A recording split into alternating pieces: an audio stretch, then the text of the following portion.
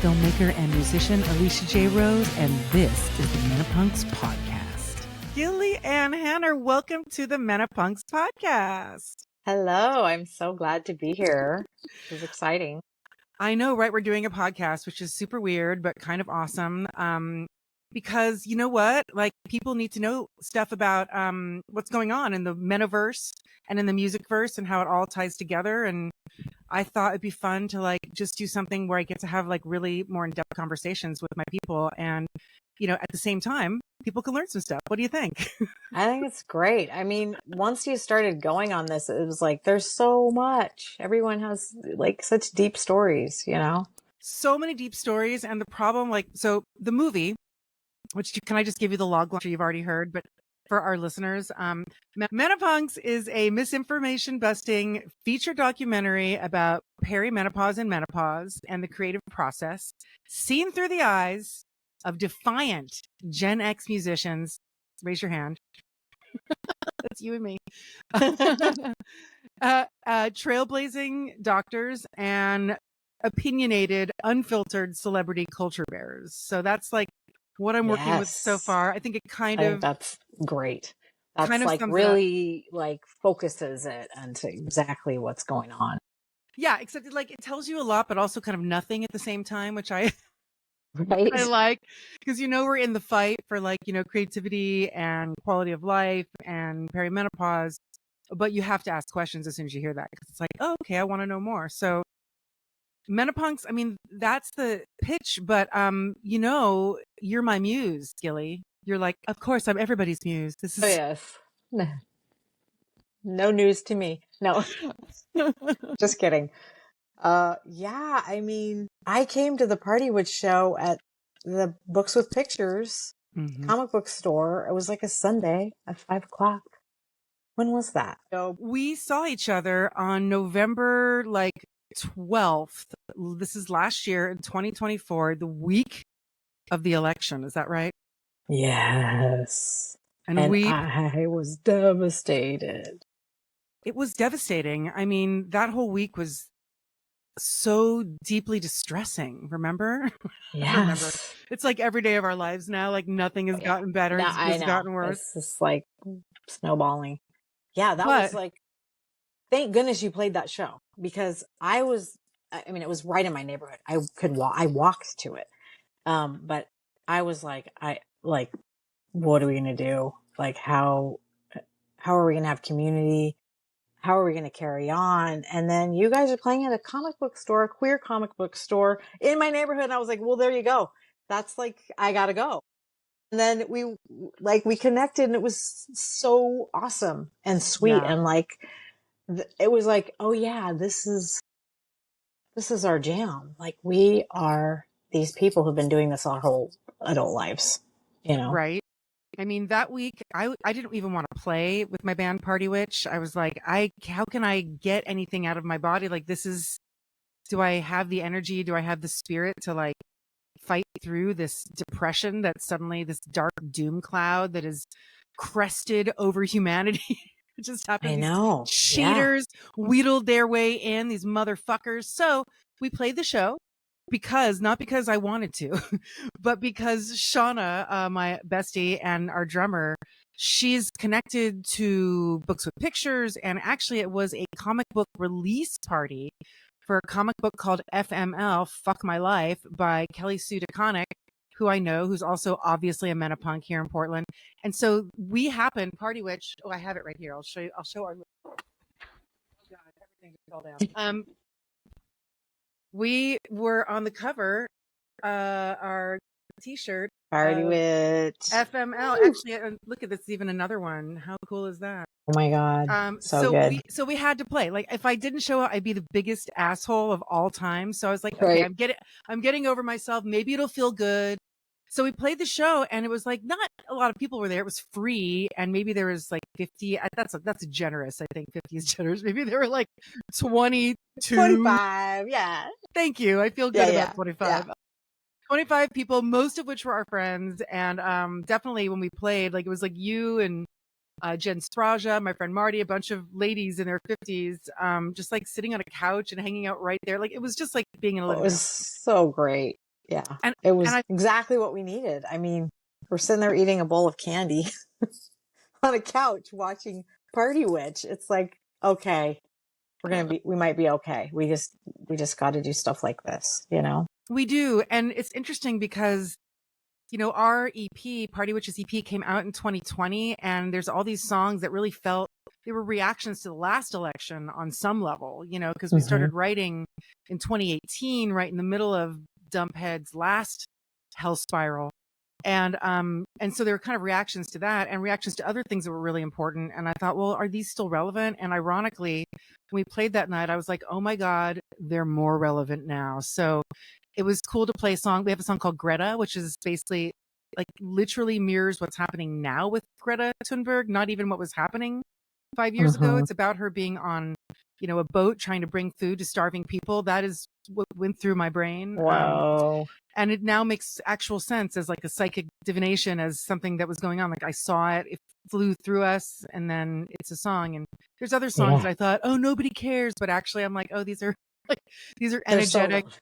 Yeah, like energizing songs. Okay, so yes, yeah. totally. So we played the show, and you were there, and I remember standing outside the show with you and Jen, and I just looked at you both, and I was like, what is this? How we're all talking about playing a show together, like how do we play a show? And I'm like, we're in our 50s, like mid 50s. We're like, why do we feel good? Why is this even possible?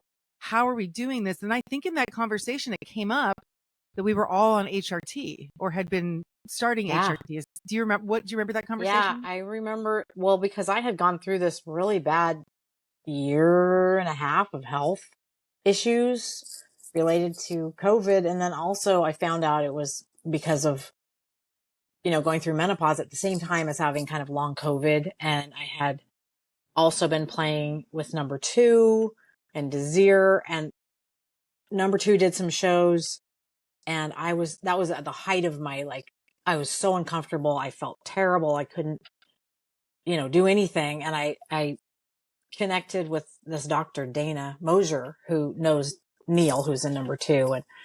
And she helped me so much. She said, I think maybe if, you know, you get on estrogen and progesterone, a lot of your pain in your body might go away. And it absolutely did. And so that was, I remember bringing that up. Oh my God, the patch just helped me so much. Yeah. And when did you actually start the patch? Like, when did you start HRT?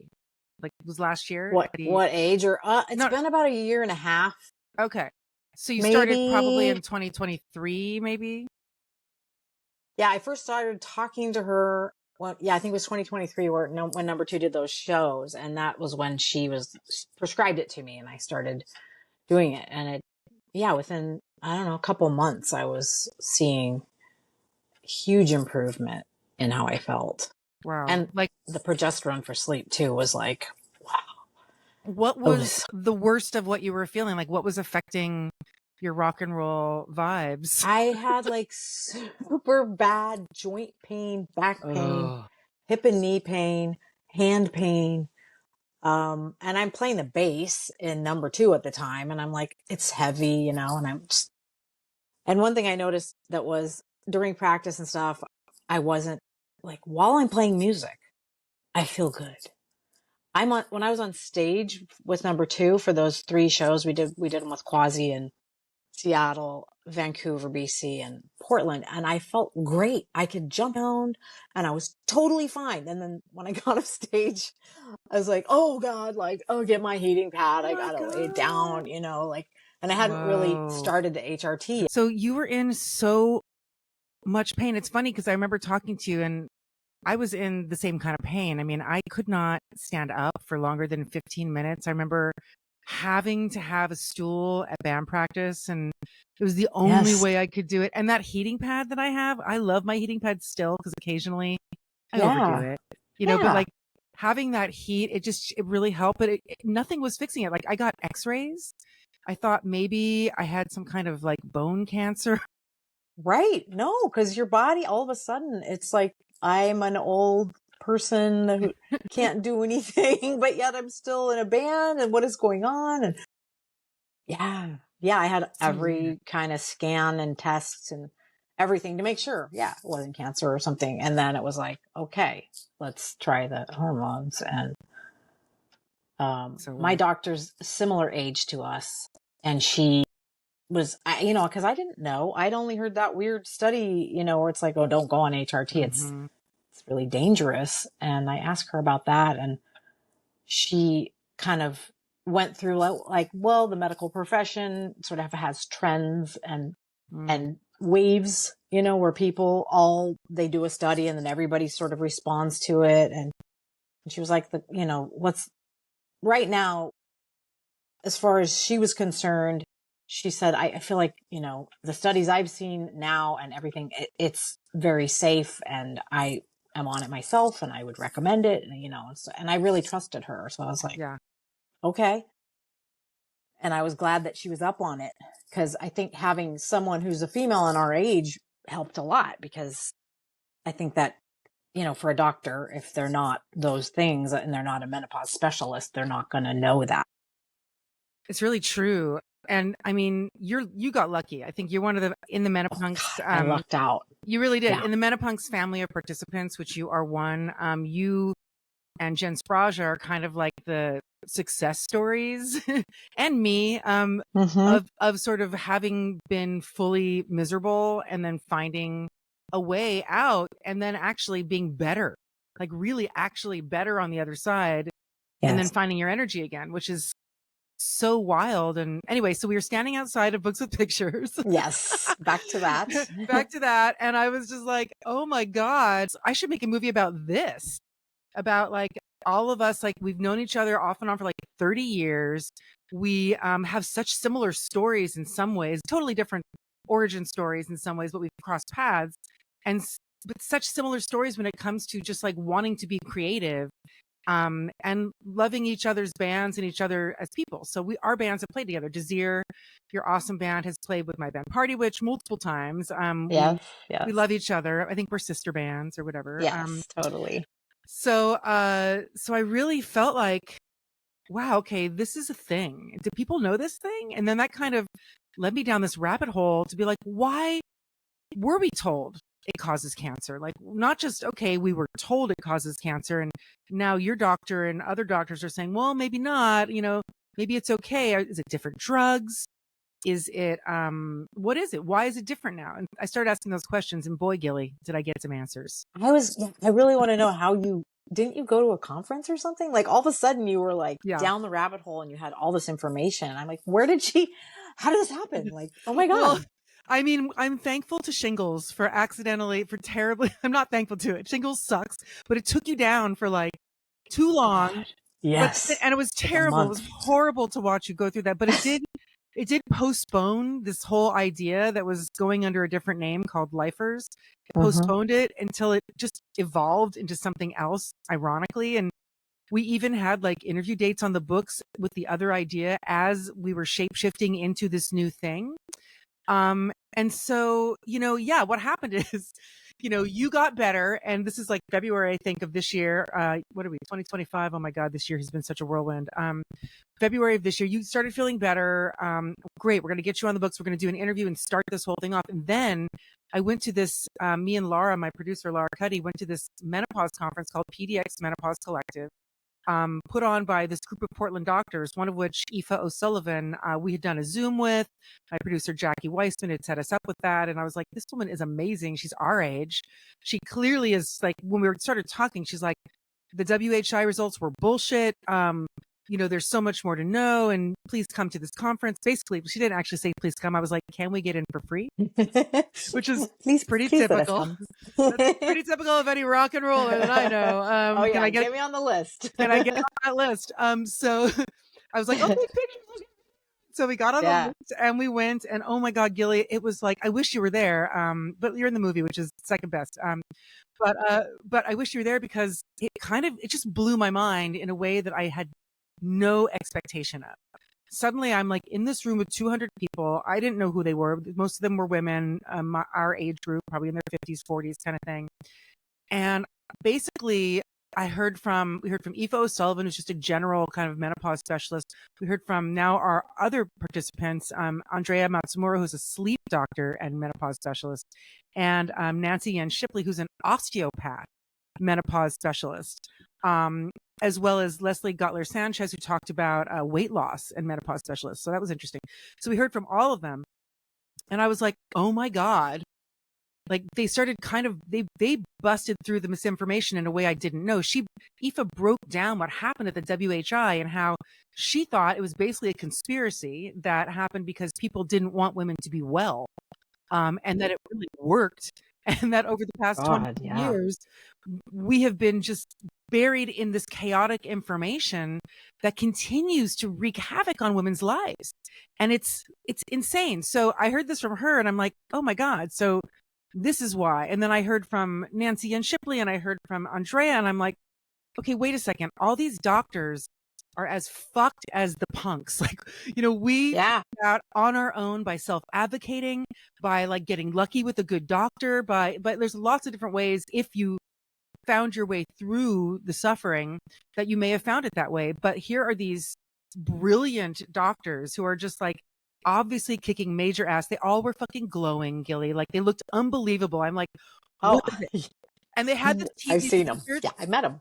You met them, yeah. Yeah, they're beautiful. They're like, beautiful. Yeah, they're just total like, Charlie's Angels situation, right? Yes.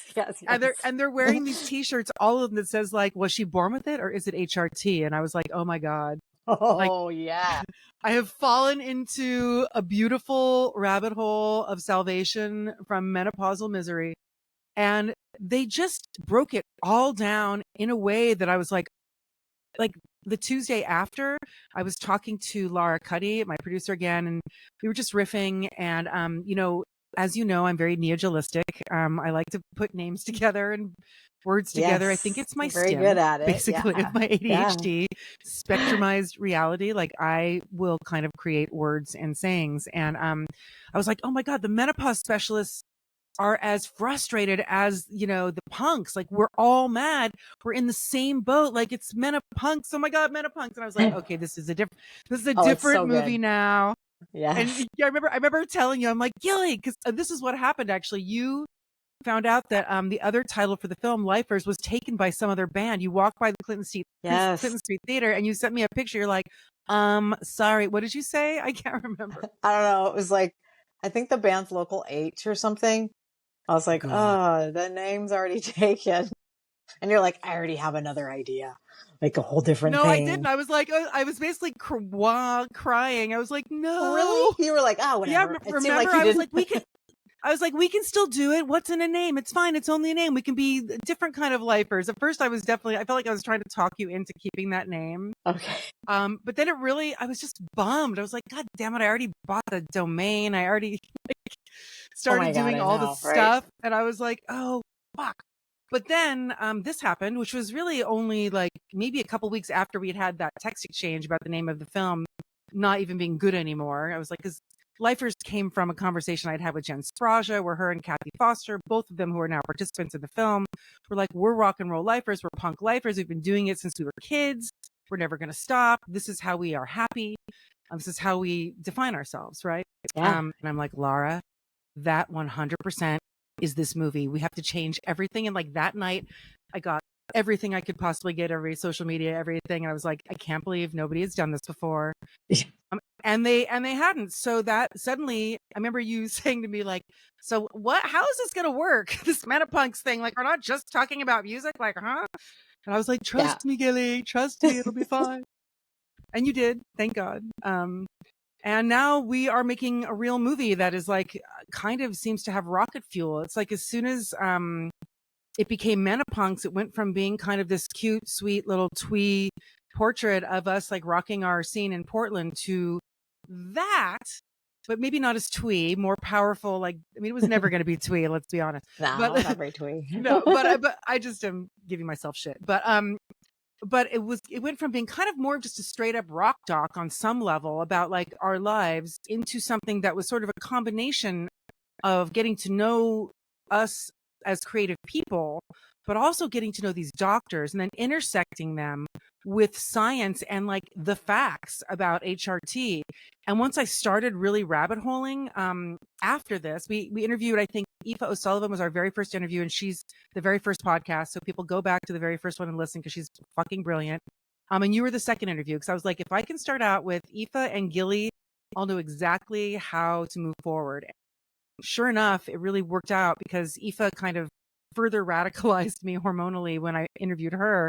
And really, like, you know, I wrote all these questions, she answered them, and she was just so incredibly astute and really opened my eyes to so many things. And then I was able to bring some of those discoveries to you, and we were able to talk about it. And then that's kind of been the path ever since with the film, learning about your rock and roll history, your punk history, and also like your experience as a fucking middle-aged woman who, like, you know, the shit was hitting the fan for. And we all had that experience, then coming out the other side. So now Menopunks is like not just a movie, but we're like trying to turn it into a movement. So it is. Like, it keeps growing because, I mean, what did you think when because I remember texting you like, okay, I thought of a new name, finally, Menopunks. Like, what did you think about that when you heard it? Well, I mean, I loved the term, and I mean, I was like, huh, okay, what are we doing?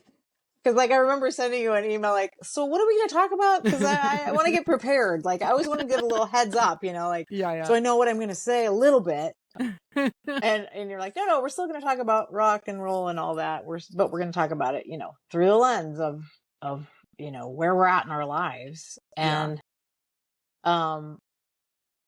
it just became so much more global all of a sudden. You know what I mean? It expanded the whole scope of the possibility,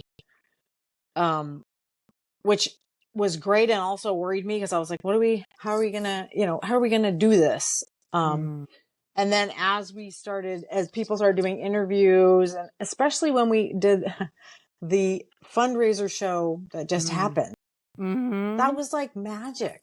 That was on Thursday of last week, the Team Drush, Party Witch, Brooks show. Everybody was so stoked to be there.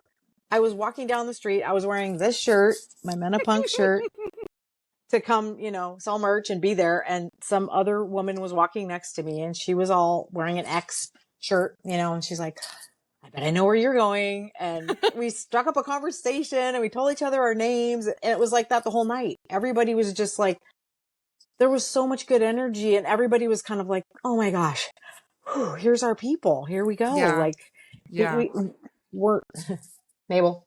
Sorry. There's my dog.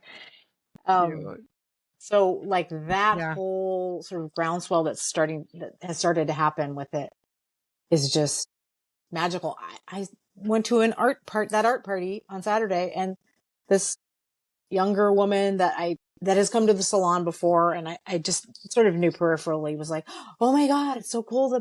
I saw stuff about the Menopunks movie, and like, I'm super stoked about it. And I was like, wow, cool. Like, we're not even friends on social media or anything, and she knows about it. So, I mean, isn't it weird how, like, once you kind of tap into the zeitgeist a little bit, I mean, and I've done this before, which is maybe my gift. I don't know. Like, it's somehow just, I'm just a very serious empath who also loves pop culture. And, you know, once you strike the nerve, and I discovered this with The Benefits of Husbandry, my series that I made 10 years ago.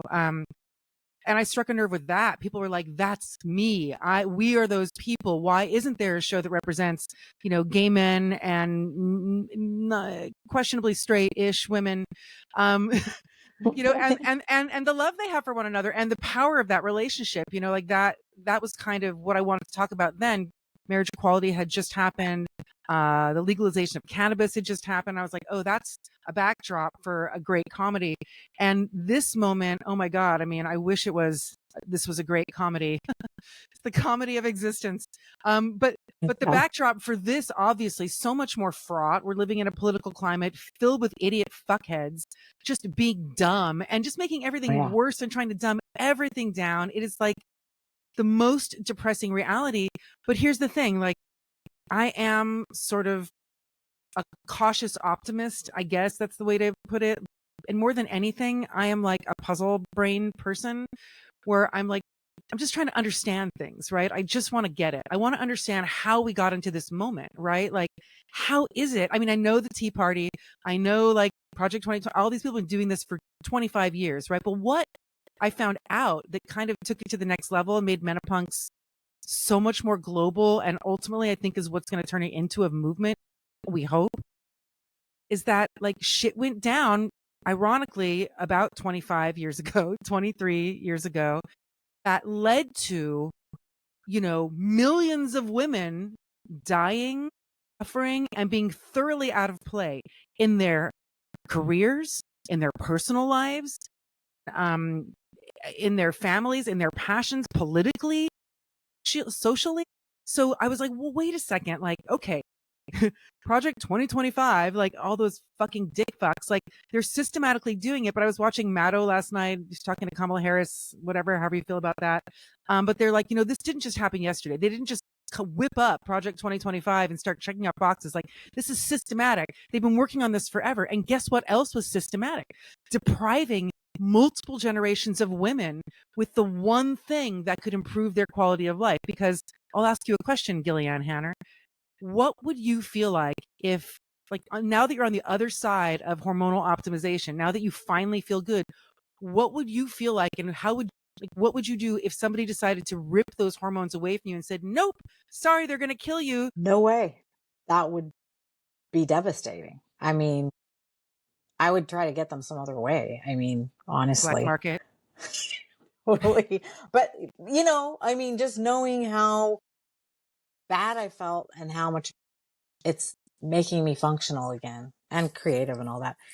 I mean, we know how much hormones affect us, everybody, men and women, everybody. And the whole agenda to take away, you know, gender affirming care of all kinds is just, you know, it's just part of, the long game that the real right wing, which is becoming, you know, it's shifting over and coming into the middle lane. More and more people are like, ugh. Oh yeah, okay, you know, and it's like, God, no is my answer too. We say no, that's not going to happen. It's, you know, you kind of, you're observing it in real time all the time because we have social media. It's so different for us. You know, we grew up without social media and without cell phones, and, you know, you'd see stuff on TV, you'd read the paper, you'd listen to the radio, and it was all kind of like, you know, it was regulated in a way that made it feel unbiased. I know that's not necessarily true, but it seemed less biased than it is now. And I just, there's so much information, and people are able to just sort of grab onto something and get validation by looking it up, or AI, Googling it, whatever. And, you know, any viewpoint they want to have validation for, they can, but it's so confusing, and people just, so confusing. They're just going along with all this self-harm. I mean, they're harming themselves by voting for people who don't have their interests in mind at all. I mean, I have family members who, you know, think that RFK Jr. is cool, and that, you know, all of this is going to be good. And I'm like, this is going to screw you and all of our family members up. Please. So short-sighted. It's so short-sighted. Right. They're just, I mean, it's, so think about it though. This is where, like, I talked about this at Thursday night, and I'm wearing my team dress shirt. If you can see, I love them so much. Yes. They were awesome. For me, it's about doing the math, and I know math can be a pain in the ass, but like, if you do the societal math of like there's not actually that many of them, really. Like, they're not the majority, right? They're actually an extremist minority that has taken over the government. That is what's gone on, right? Yes, and they're so loud and so evil, and they fucking luck. Well, is it luck? It's actually cheating. They cheated their way into the House, the Senate, and the presidency, and the Supreme Court. And apparently they're all fucking child molesters and pedophiles, by the way, which makes complete sense that they would be, because how else could you be that narcissistic and manipulative and evil? They're all just complicit in this, the crime of whatever. But so doing the math on how much time they've had to put this together, with how women have basically lost grasp of their power, to me, there's a real there's a real equation there. And I think with Menopunks, for me, like, I see it as a movement of information and self advocacy and dispelling and debunking misinformation, like in a massive way, so that people have some way to cut through the bullshit. And that has been really, really hard for people because let me tell you, Gen X, we know this, Gilly, they are stubborn as fuck. Yeah. And unless they luck out with a good doctor or have good friends that are already there who, I mean, even like my best friends, like I love all my friends so much. But like, you know, some of them are very crabby and I would harp about hormones and they're like, I don't want to hear it. And then Totally. one of my best friends came back to me like a couple months ago. She's like, Alicia, what? She goes, don't say I told you so. She's like, but I am on hormones and I feel fucking fantastic. And I was like, ah! So, you know, Rachel Blumberg, I don't think she would mind me mentioning her. She will be on the podcast as well. With Jen Straja, I'm going to put them in the same one. And she felt the same way. It's like, I think you have so many friends now that I've hormonally radicalized. And I feel like you have too. And each one of us who have found, you know, relief with these natural, like body identical to be the exact same as what are in our bodies therapies, like we just want to help people. We want to let them know. And so Menopunks to me is like, it is a film because the film is the best, most sort of large vehicle that can potentially get the most momentum and the most press to get the message out there. But the podcast is the same thing. Like, you know, I want people to access this information immediately because they can feel better tomorrow because these things go into your body and you feel better within 24 hours, which is crazy. Yeah. And then B, we have a midterm election coming up next year.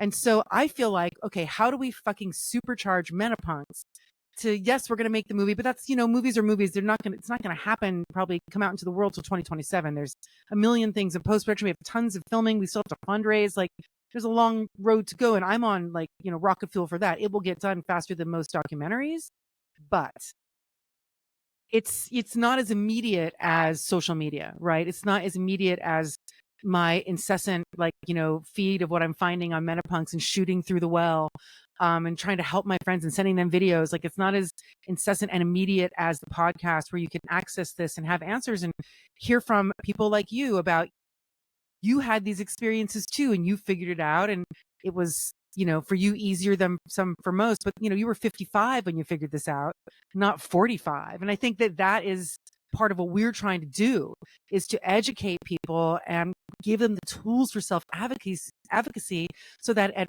40 years old or 35, basically when perimenopause fucking begins, you know what's happening to your body. And then if you're able to find some relief, maybe you'd be open to engaging again politically, socially, personally, sexually, physically. There's so many things that get like dried out in our brains and our bodies during this period of life, but apparently like you can get them all back, which I didn't know. I know, it's so great. It's very cool. See, medicine. Yay. It's not all bad, you know. No. But so anyway, people, the thing is for you, like this is, yes, it's all Menopunks is all of these things, but Menopunks is just you, right? It's just me. It's just Gilly. We are Menopunks. Each one of us is whatever we want to be, but Menopunks is, it seems like what's happening from this sort of this moment in time, which is still pretty early. And the Menopunks thing came up in March. Like that's when I neologized that name. So this is new. It is now September. We're in month 4, I think, of the existence, or no, month 4 since we did the launch in June. And people are identifying as Menopunks. Yeah. People are fucking psyched. It's not just women, it's trans folks, it's men, it's everybody who gives a shit about gender affirming care being accessible for everybody. And that means everything. That means estradiol, that means progesterone, that certainly means testosterone. And people have the right to bodily autonomy. And I think at the core, that is what we're advocating for. Bodily autonomy. Absolutely. Yeah. Like, bodily rights, civil rights, all those things. Which are totally on the chopping block. And I mean, it's unbelievable how much the administration is doing this draconian shutdown of, because they know we're going to fuck them up. So they're trying to shut us down. So do you think that they're afraid of us, basically? Yeah, definitely. And they should be. Because we're scary, man. We're punkers. We fucking drove around the country in vans by ourselves for months and played in sketchy clubs and, had $5 to our name. We're scrappy. We can do it. Like, we know how to fight. Skills. Yeah. Yeah, we do. I feel like as punkers, like, I mean, you were in a band, that I met you in, I think 1993. Did we figure this out? Around then, 92 or 93. 92 is when we went on our last tour. So I think that might be when we met. So the Calamity Jane tour. So tell us about, I mean, I know a lot about, but I want people who maybe are listening who don't know about Calamity Jane, because I think a lot of roads lead to Calamity Jane, actually, when it comes to like punk and like feminist punk and even Riot Girl. There's I've talked to a lot of folks like Corin Tucker and Allison from Bratmobile, and Calamity Jane comes up every time, Gilly, just so you know. And it's so cute. It's so sweet. And it's amazing because you guys were just like, you were on fire, fully fucking like fearless and doing it. But can you talk about like, what it was like forming a band when you were how old, and what the beginning of Calamity Jane was like, and like maybe bring it to sort of where you are now a little bit? Yeah. I started being in bands when I was 17, but we never played shows. We lived in Ashland, and there was Shakespeare Festival, so you can't make any noise because they have an outdoor theater. So we had like, we're going to do a show. And the cops would be like, nope, you just shut it down.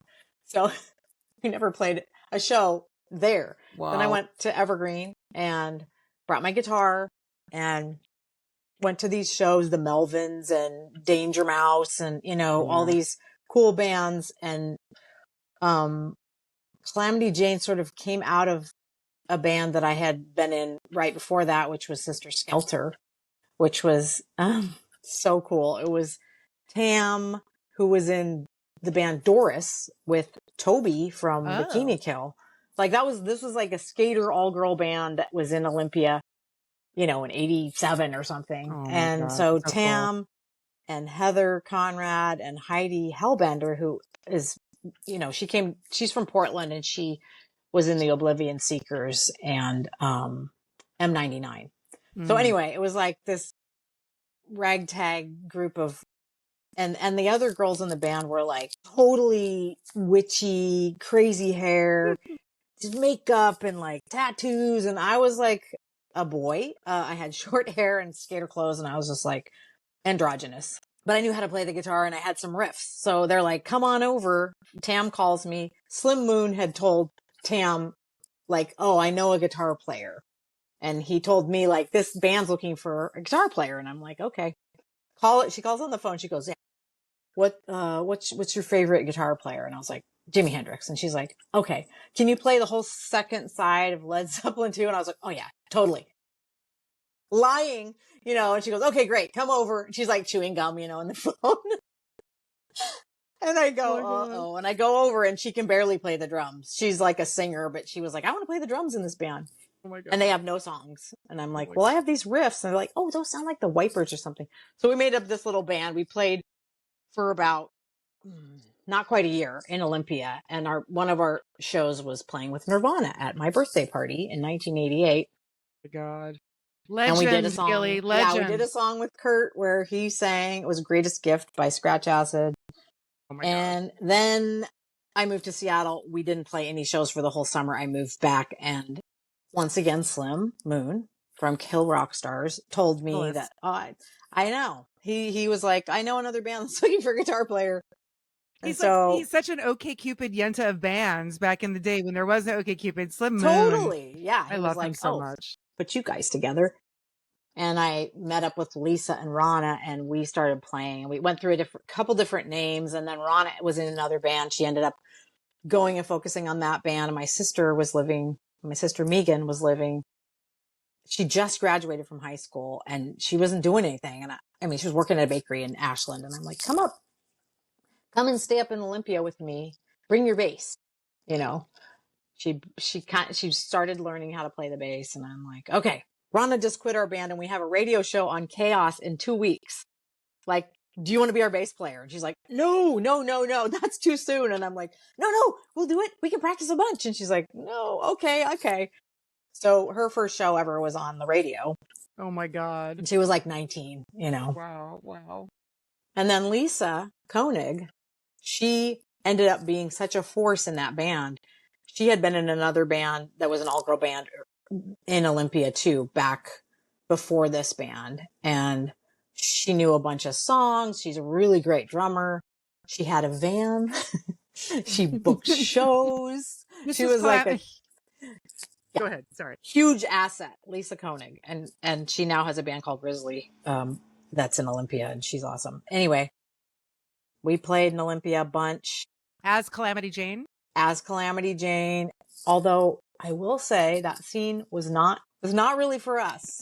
We were way too like, punk rock, you know, and everybody else was like, you know, playing sort of twee, as we were saying earlier, twee music, right? And we were like, you know, and I remember Calvin liked us, but he was kind of like, I don't know what to do with you guys. Our first tape doesn't sound very punk rock. It's more mellow, but we put out a cassette, put out a single. We played in Portland all the time. Once we started playing in Portland, that was where our people were. We were like, oh, this is great. We got the guy at Blue Gallery, Tim Brooks. Did you ever meet him? He was like the owner, booker of Blue Gallery, which was a really cute art gallery and club that everybody played at. And he's like, you guys are great. House band, you know, you're going to play every month. I'm going to put you on all the cool, like, he put us on the L7 Fright Wig show and, Babes in Toyland show. So we got to play all these like amazing shows. And we're like, let's move to Portland because everybody likes us there and nobody likes us here. So we left, came here and went on tour for 2 months by ourselves with no roadie that we booked ourselves, that Lisa booked actually. And that was amazing. We recorded in Chicago we tried to go to Steve Albini, but he wasn't available. So we went to Brad Wood, who ended up doing he was in Liz Fair's band and recorded her. And he's like done a bunch, Veruca Salt, and like he's a producer. Yeah. And we went on that tour, and then it was 2 months was too long to go on tour. Well, and then eventually fast forward. I mean, there's so much we can talk about, but fast forward, we met in San Francisco. In one of my many past lives, I was a college radio DJ and booker of clubs in San Francisco. And so I was like, literally, I had just turned 21 in 1991 when I booked my first proper venue. And I was poached out of a cafe where I was also booking shows called The Brainwash. Nice. And at The Brainwash, I'd booked like the Red House Painters and Steel Pull Bathtub Jazz Quartet. There was like jazzy versions of punk.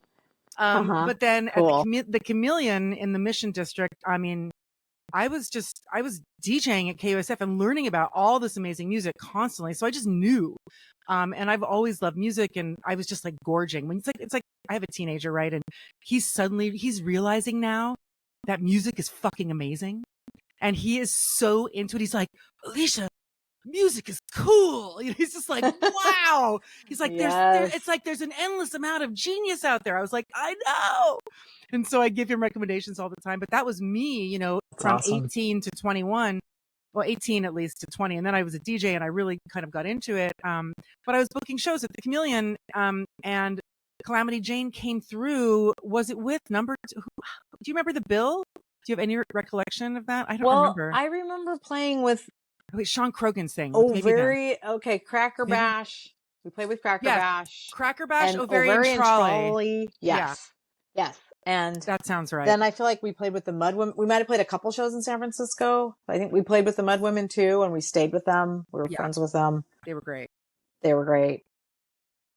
Yeah. So that goes back. And that was the same year that on that tour, we went down to Argentina to play with Nirvana. This harkens back to us playing the birthday show with Nirvana and me knowing Kurt and him having our tape and liking us. And then also we played with Hole the tour before. We played with Hole at the Shamrock in LA.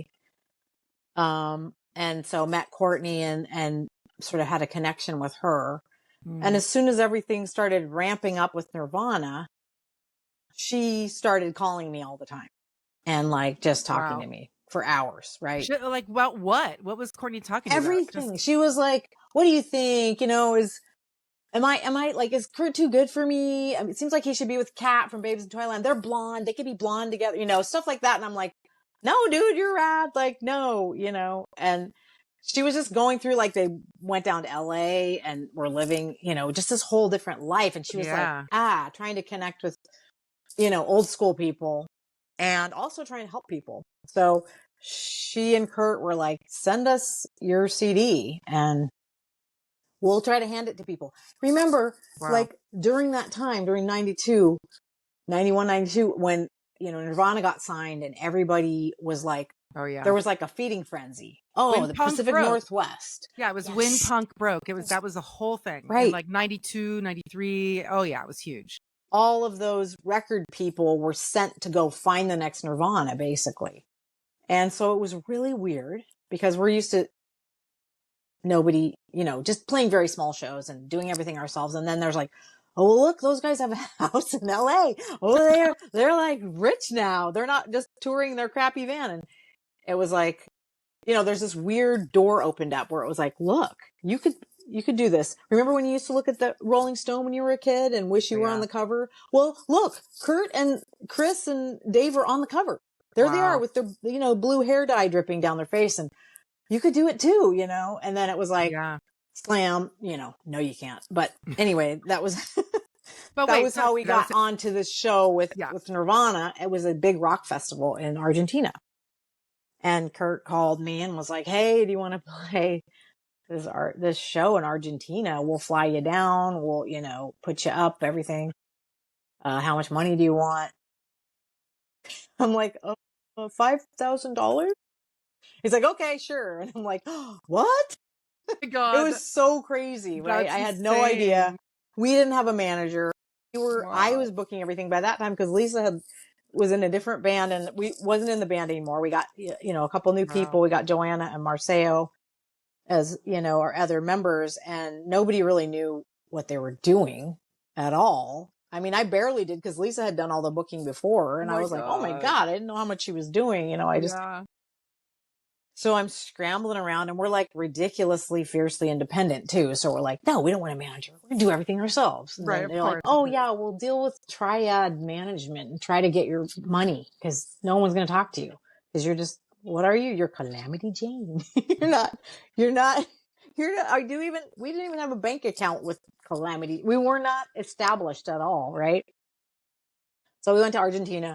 We went in a whirlwind of like rock stardom. We got whisked around. Our music was on the radio. We got interviewed by magazines. We stayed in the Hilton, had a huge sound check where we were like, oh my God, like a huge stadium. We were so loud.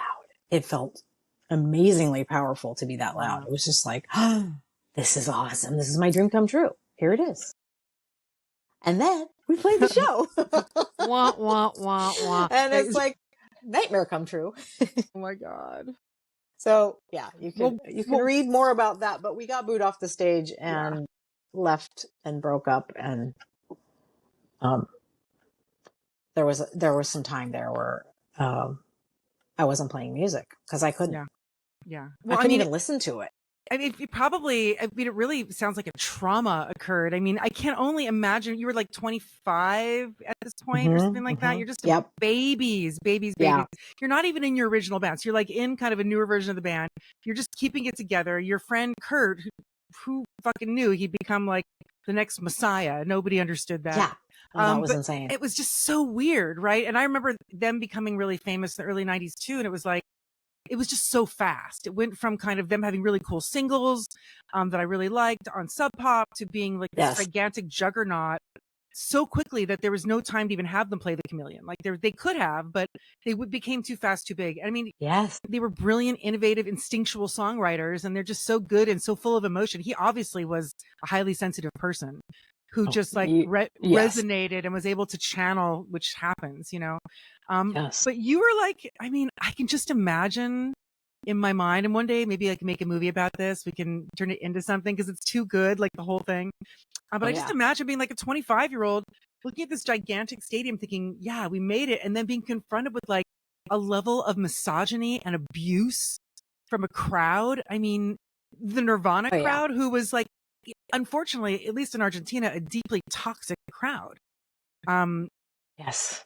Yes. And it was like, it was incredibly misogynistic. They were yelling puta, putas, Oh my putas, God. which means whores, and throwing money, coins, dirt, ice cubes, shirts, you know, just pelting us, right? There was a ring of spit around me on the stage. I looked down and I was like, okay.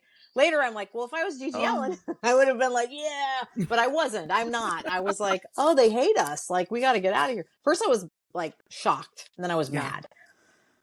You know, stormed off stage a couple times. Courtney's like, go back out there. They love you. You're totally punk rock. You know, I'm like, okay, they don't love us, but okay, we're going to try to go back out. It didn't last very long, but yes, it was incredibly, you know, how as a woman, you're constantly slapped in the face with how the world really is. And it is not how you want it to be most of the time. Very misogynistic. You know, as a musician, you get all the time, you get like, you know, you probably can't play. You want to go to a, you know, music store and try out a pedal.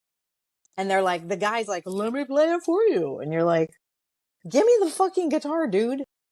Oh, you're going to demonstrate it for me? No, I think it might be better now.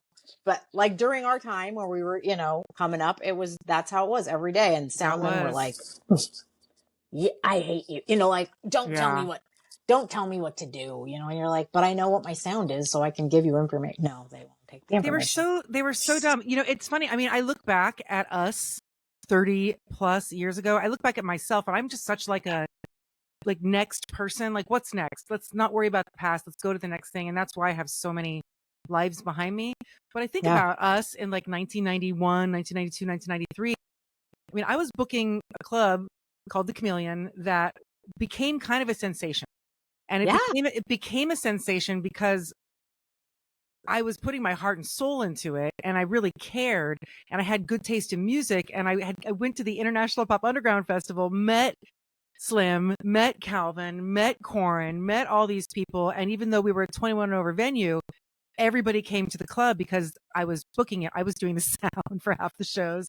You know, I mean, it was just like, it was woman run, which was so rare in that time. So people would be like, they would suck it up. They'd be like, well, if we can sneak in our 19-year-old, yes, we'll play her, you know, whatever. Because everybody was so young. Totally. And I'm like, I don't think I ever really thought of myself as an innovator, right? But yet my entire life, it appears that I have been, right? Like it's one of those. Oh my God, so much. But I don't. Because you also did not, I mean, I think we both have this in common. Correct me if I'm wrong, but as we were coming up, we never thought, I can't do this because I'm a female. Right. You know, it was never a limitation. My parents they were very liberal. They never, you know, they never said, oh, girls don't do that. People, I mean, I did hear it from other people, but not from my family. And I mean, the whole concept of I did want Calamity Jane to be all women. Mostly because I was like, I heard these comments, was like, you can't really play because you're a girl. I don't really want to listen to a female sing. I'd rather listen to a male, you know, like shit like that. So and I'm like, bullshit.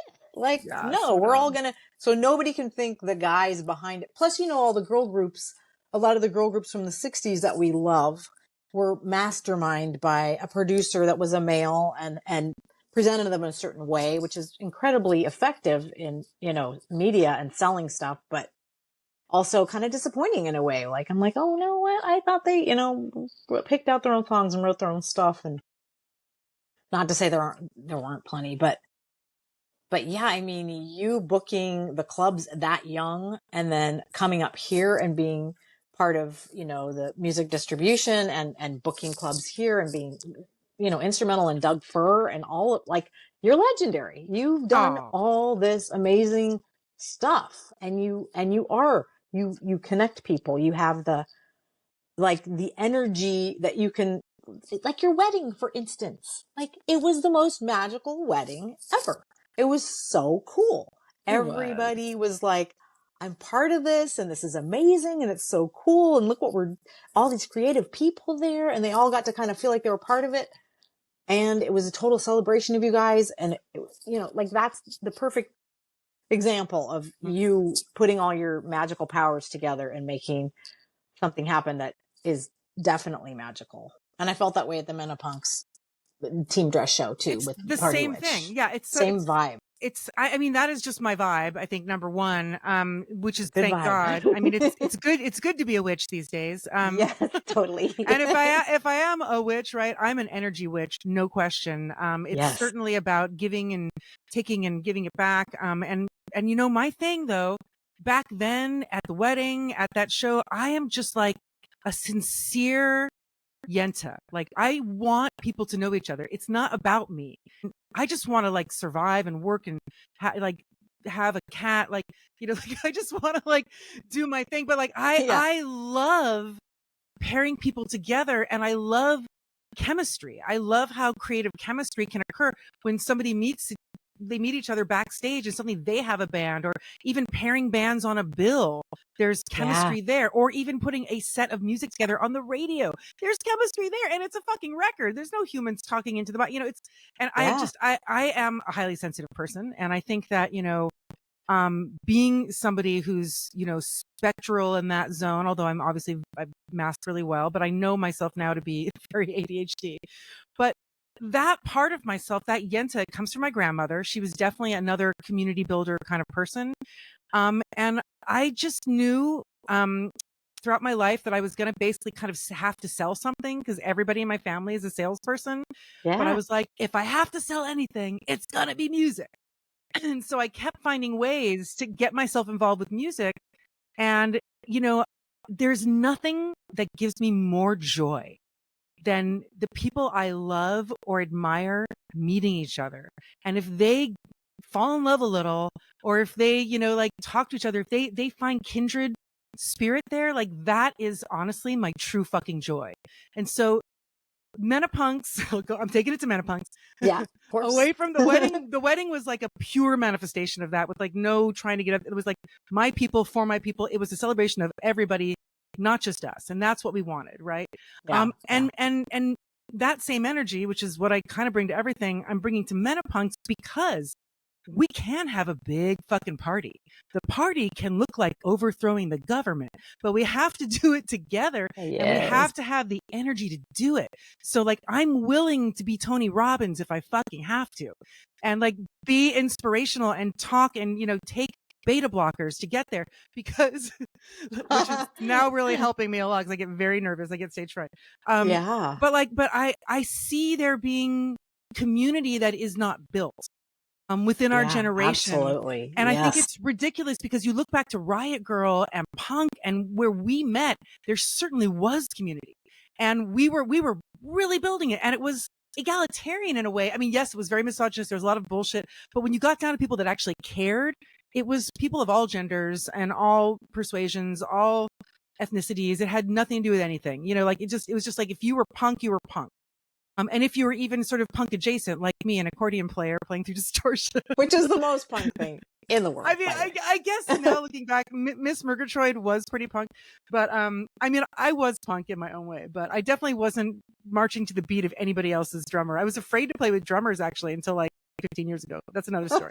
But I love that. So Menopunks, I feel like what I really want to do with this is create a massive community of people who just like have what they need to feel the best they can feel. And then together we figure out what the world needs to look like. Because here's the thing, and I talked about this on Thursday, we already know what it actually looks like. The world is incredibly diverse. It's the most racially diverse that it's ever been. There's more people accessing gender affirming care than ever before. There's more trans folk who are finding, peace of mind and happiness in their lives. There are more women who are fucking bosses. We're living in a beautiful world, is the truth. I mean, these assholes are trying to tell us that it's terrible and you should hate it and it's trash and Portland. It's all just smoke and mirrors to distract from the fact that they're pedophiles, bottom line. And here we are, like, living in the actual world filled by, the 85% of people who give a shit about each other, which is way more than the 15% of shitbag narcissists. This is going to be a pull quote. I'm pulling this from it later. We do have the power, but I see a real disservice, injustice, and crime that has been done to us, which is we were robbed of the ability to access our power after a certain age, and robbed of the information that gave us insight into how we could even feel bad or good. We had nothing to go on. We became, in ERs, when women would go in feeling the things that we just talked about earlier in the podcast, they would be labeled WW on their charts. Do you know what that means? Whiny women. Whiny woman. So they would be like, okay, you need an antidepressant. We won't give you narcotics, or maybe we will give you a barbiturate, or we'll give you this, we'll give you that drug. Your heart, you're having palpitations, we'll give you a statin, all these things. And they basically were like, they hated seeing them because there was nothing they could do for them. Once hormones were out of the picture, it was like, massive industries just popped up to cater to women's suffering, which became so endemic in just our survival, our day-to-day life, that women were we've always been expected to suffer. We have periods, which, well, I don't anymore, nor do you. Thank fucking God. It feels so good to not have a period. So happy. But having a period is so hard. It just sucks. Kids are 11, 9, poor fucking kid. I didn't get mine until I was 16. I was lucky, right? I was at least sort of grown up enough to be like, okay, I want my period now. I feel like a freak not having it. But right. but when you're 9, I mean, these poor little babies. So they're brought into a world of pain. And then, our mothers who were ripped off of HRT, most of them, or told they couldn't get it, or, said smallest dose for the shortest amount of time, or, one of the things, they basically got screwed, and by essence screwed us, not intentionally, but they did. And so did the media, and so did pop culture, and so did everybody else, telling us that we had to learn to be invisible. We had to learn to sit back and let other people take our place. We had to learn to just accept our disempowerment. I mean, this is really what it was for so many years, Yeah. I have to remember, when I'm 50, I can't have the life I have in my 40s anymore. I'm going to be useless, and I'm going to be miserable, and I have to sacrifice everything, apparently. I mean, that's what was in my head. I assumed that was going to be my middle age experience. And I think that was pretty fucked up. And, I feel bad for my mom and the boomers who now are so disengaged and miserable. They just let the car run into the wall 25 times, AKA the government. Yes. But we still have a chance, right? So we're punk. At the end of the day, we're going to run the fucking accordion through distortion. You know what I mean? That's yes, exactly. We're gonna play in the band, even though the bass player doesn't know what they're doing and the drummers only play once. It's just gonna happen anyway. Exactly. And I think that ethos of just not giving any fucks, which is very important in this time of life anyway, because by the time you're in your 50s, you've had enough experience where you're like, oh, I see the arc of bullshit here, and I see the arc of bullshit there, and I no longer feel like an imposter, because actually I did a lot with my life. But we give ourselves so much grief. Well, you forget too. You go through a new stage and you forget that I had kids and didn't play music. I played music, up until I had them. I was pregnant playing shows, but then I have a 6-year span where I'm just being a mom and working, doing hair or whatever. And I remember just really distinctly when Neil from number 2 was like, hey, I kind of want to, well, he had the first record reissued. It came out on Record Store Day on vinyl, right? And he sent it to me. We weren't even playing, and I listened, and I was like, is that me? Who's playing those bass lines? They're really good. And I was like, oh shit, that's me. I'm playing what? I know how to do that. You know what I mean? It just left my consciousness. And then when I tried playing it, I was like, oh my God, this is me. This is who I am. Like my music person. That's the real intense me that I need to have. Wow. We need to have it. And we think, Right. you know, when we're in pain and we're tired and we feel like we can barely make it through working and our responsibilities, then we just don't have it at the end of the day. We're like, I'm just going to stream a series and like lay here with my heating pad, you know, forget who I am. I mean, if you can't stand up and play your fucking synthesizer or bass, if you're in so much pain you can't even watch a show without a seat. I mean, I thought that was just what was going on. That was going to be my life. Like, I was like, oh my God, this is just me now. Like, basically, I'm on the path to death. I felt like that was menopause, AKA the path to death. Yes.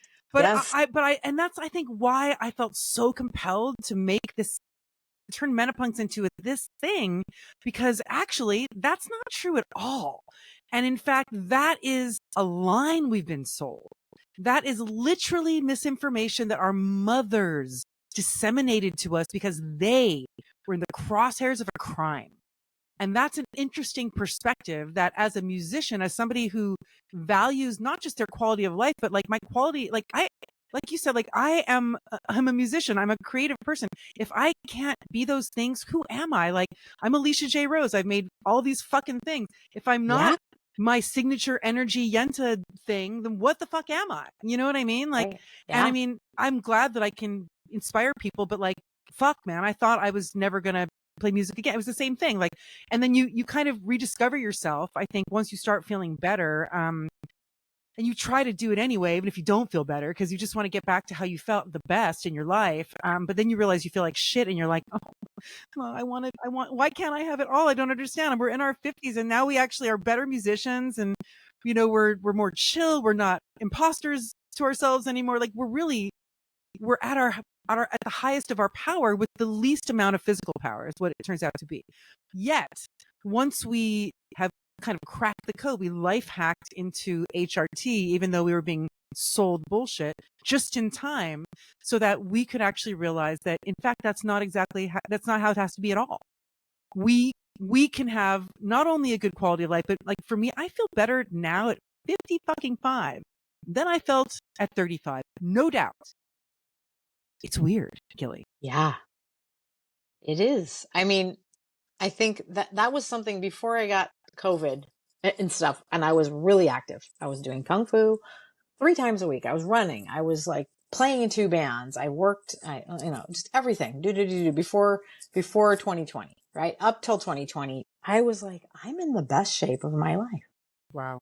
Better than I was when I was in my 20s. Because when I was in my 20s, I was playing in a band, drinking beer every night. And like not sleeping well and eating really crappy. You know what I mean? And I was like, just I wasn't very healthy. But, so yeah, I'm still not quite back to that as I was when I was 52 or whatever, but getting back there, starting to feel more like, still got to rest a lot, but you know, we are actually in our 50s. So we are. Our bodies, they appreciate a little rest here and there. Well, and I mean, this is the thing about hormone therapy. Like, it's not a cure-all for everybody immediately. Like, it really is an individual journey where you've got to figure out what you need. I'm totally different. I take progesterone in the morning. People think I'm crazy. Right. Maybe it's, I don't really know. You told me you take all your stuff in the morning. I do. And it works great. And it works for you. I do, but also like cocaine made me mellow. So, you know, like that.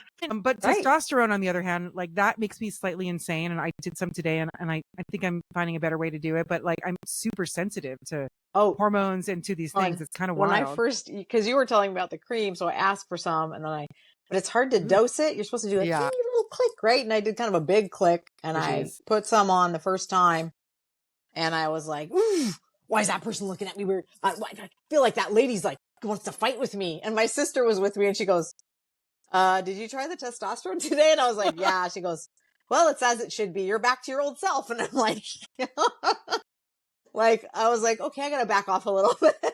Oh my God. My friend calls it putting your dick on. Yes. Like, you got to put your dick on now. I'm like, put on my dick and get going. Fuck? I mean, what the fuck? I mean, maybe we had a lot of testosterone when we were young. I did. You know? Because I was very aggressive as a young gun. You've listened to the Calamity Jane album. I mean, I'm pretty aggressive. I would have to agree with you on that. It kind of makes sense. Ooh, this is exciting. We'll we should get roided out together and like have like a testosterone party, just like smear it and be like, yeah, we're gonna be in a cover band. It's gonna be great. Yeah, totally. So yeah, I mean, I'm still figuring out my hormones. It's been crazy. Like I was on medroxy progestin acetate, not even realizing I was on a synthetic progesterone up until like February of this year, because I just didn't understand. And like that's why Menopunks has been so good for me too. Like I'm doing my own discovery in real time. Like it's not like I know everything. I'm not a doctor. I'm a fucking musician and creative person who just like wants my friends to feel good too. Like I'm a shareaholic, right? I want this for everybody. And so I think understanding like that everything affects everybody differently, and that, you know, there's a way for most everybody to find some relief, even if it's down to just vaginal estrogen, which I also put on my fucking face and it works. Look at this. I know you got glowy skin. I mean, girlfriend, look at that shit.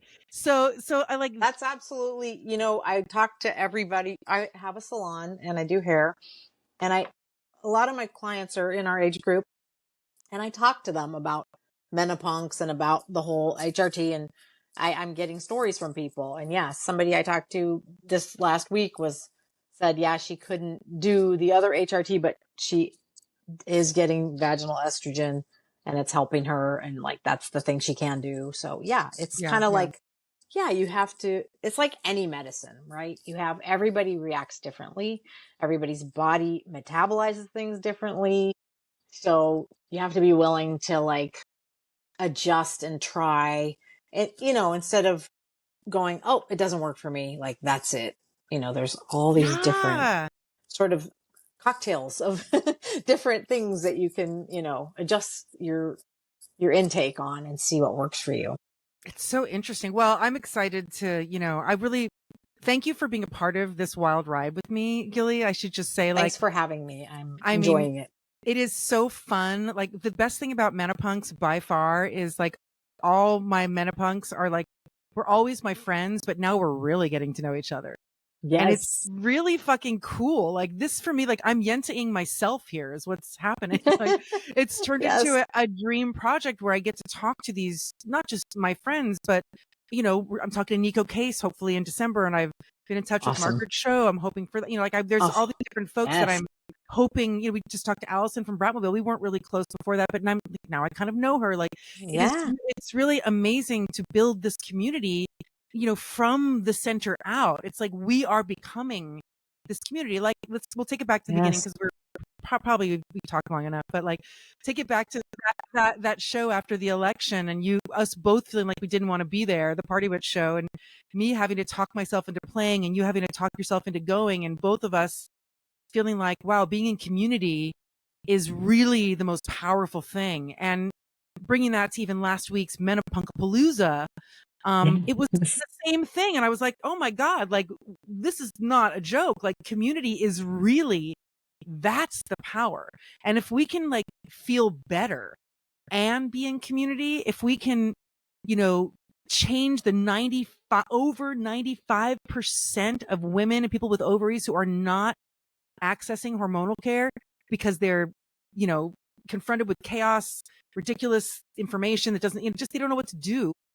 If we could change that number to a number like, you know, in 2002, when those results came out, the HRT causes breast cancer, it was 40% of women. It's now down below 3%, right? So if we can even get back to 25, 20, 10, 30, 40, like imagine where we would be, Gilly, if that 40% in 2002 never got derailed. And in 2025, everybody who wanted it could get it, just like thyroid medication or diabetes medication, just like any other hormone. You get your hormones. They're not told that they're going to kill you, right? They're just hormones. So imagine what would the world look like if we did have those 23 years back and we were able to like continue on the trajectory of having all that power. It's sort of, oh my God. I mean, so we have to do it now instead. And I mean, I think it's one set of ovaries at a time, Gilly. Yes. One uterus at a Yes. time. We're gonna empower you. Yes. And we're Yeah. gonna, like, you know, as rockers, as moms, as feminists, we're gonna like fucking, I want to take this fight on now that we're getting our dicks on.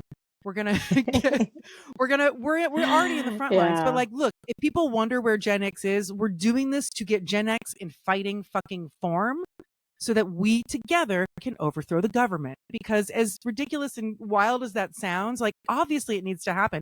And Oh obviously yeah. we're the ones who need to do it.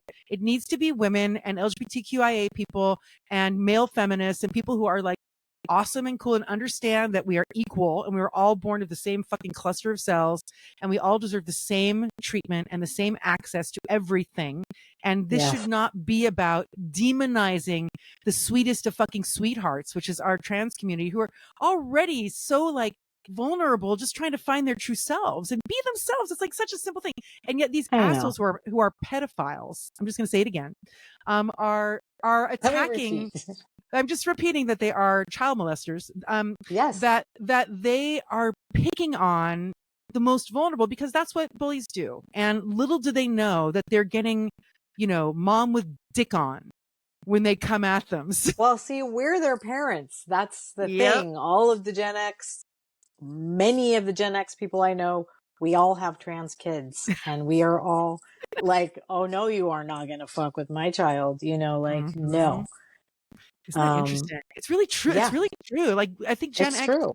are the parents of Gen Z and a lot of like all these younger kids. And it's true. Like, and these kids are like, they're just not putting up with the binary.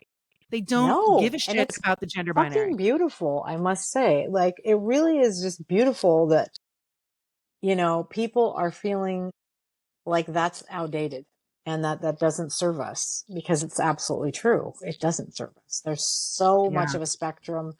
There's so many different ways to present and to feel comfortable about yourself. And I mean, Portland's really, really great because we have been that community for a long time where trans people have moved because we have really good gender affirming care. We have good community, and, you know, you can find a lot of people who will understand you, and we are tolerant, and we are, you know, it's not weird to see a guy walking down the street in a dress here at all. You're like, oh, that looks cute. You know, like, it's not like, whoa, what's Like, happening? You where'd know, you like, get that is more the reality. yeah, We're like, oh, I love did your you get, dress. where did you, Nordstrom Yes, Rack? Like, where did you? totally. I mean, and it's so sweet. You know, I love it. I It love it. is. It's really good.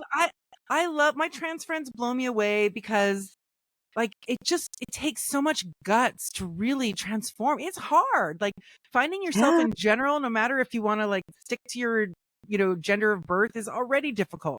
You know, and then you Yes. add in having to like, you know, go through a complicated journey that is sometimes painful and very political. And it takes like a lot of punk rock energy, especially these days, to really like to get into it and do it. And here's the irony, right? Like when you look at the hormonal thing, like the whole landscape, trans folk get like 20 times what cis folk get in hormones. So if you wonder, you know, is it going to hurt Yes. me? I mean, the answer is for the most part, no. And if Yeah. you even want to like self titrate up, which I talk about a lot on Instagram, it's also not going to hurt you. If you feel like shit and you're on 0.0375 estradiol, you probably don't have enough estradiol in your system. Double it up. Yeah. You know what? Just go up. Even if you do that, you're not good. If you've already in one, you're already doing well with one patch, you're going to be fine on two. So I feel like the understanding of sort of how it all works is really, it's really behind. And apparently it's up to us, Gen X women at the real front, just like always, fucking moms, you know, Yep. just bitch slapping the pedophiles and letting them know that like however much they want to like shift the focus onto the other, which is what, you know, the attack on trans folk and gender affirming care is all about, which is like the oldest story in the book. Like everybody tries to demonize the other. At first it's gay folks and it's women, it's black folks, it's, you know, it's like everybody is at one point the other, right? And then the world changes because we actually, the majority of us love each other, and you know, they have children together and they form blended families and different kinds of families of friends and people, and like, you know, we are diverse. That's just the reality. DEI is fucking real.